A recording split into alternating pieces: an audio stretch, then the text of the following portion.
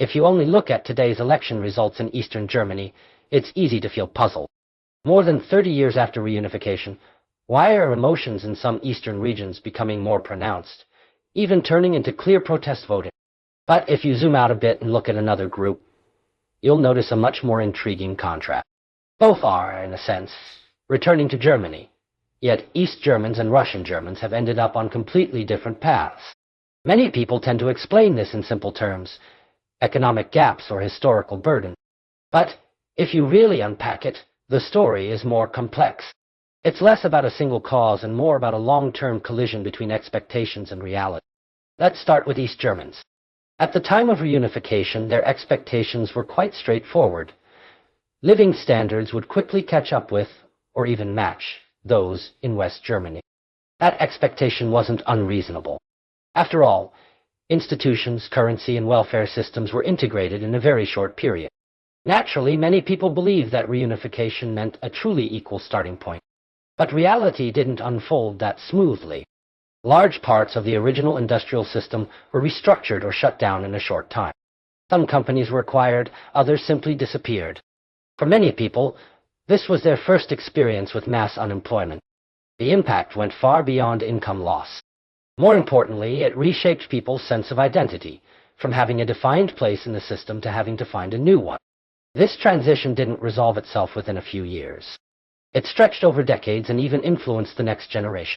Many young people chose to leave the eastern regions and move west for better opportunities, which further widened regional disparity. So what we see today is not just an income gap, but a layered emotional memory shaped by history, one that tends to intensify when economic uncertainty rises. Now compare that with Russian Germans. Most of them arrived in Germany after the collapse of the Soviet Union.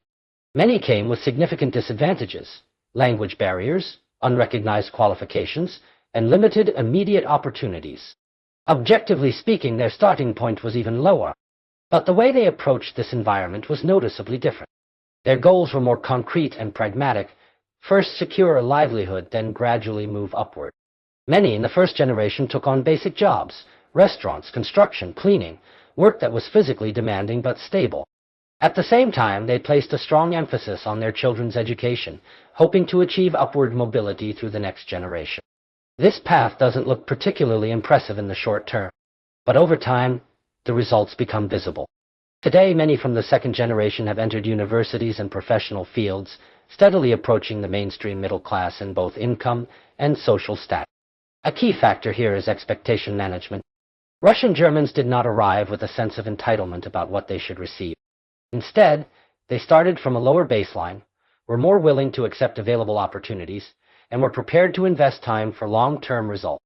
This is not about saying one group worked harder than the other. It's about two different behavioral paths shaped by different backgrounds.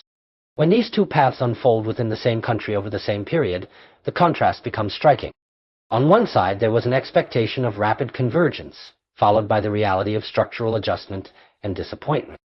On the other, there was a gradual climb from a low starting point, trading time for progress. This difference helps explain why, in some regions, emotions are more likely to turn into political expression, while in other groups, change is more visible through generational mobility. Of course, it would be too simplistic to reduce everything to mindset. Objective conditions, industrial structure, job opportunities, access to education also play a crucial role. But if you look at how different groups respond under similar conditions, you begin to see how choices and pathways can, over time, shape outcomes. In the end, this isn't just about understanding Germany. It's a reminder that when a society goes through major transformation, short-term shocks and long-term adaptation often run in parallel. Some people get stuck in the former, while others move more quickly into the latter. And over time, it's this difference in pace that gradually widens the gap.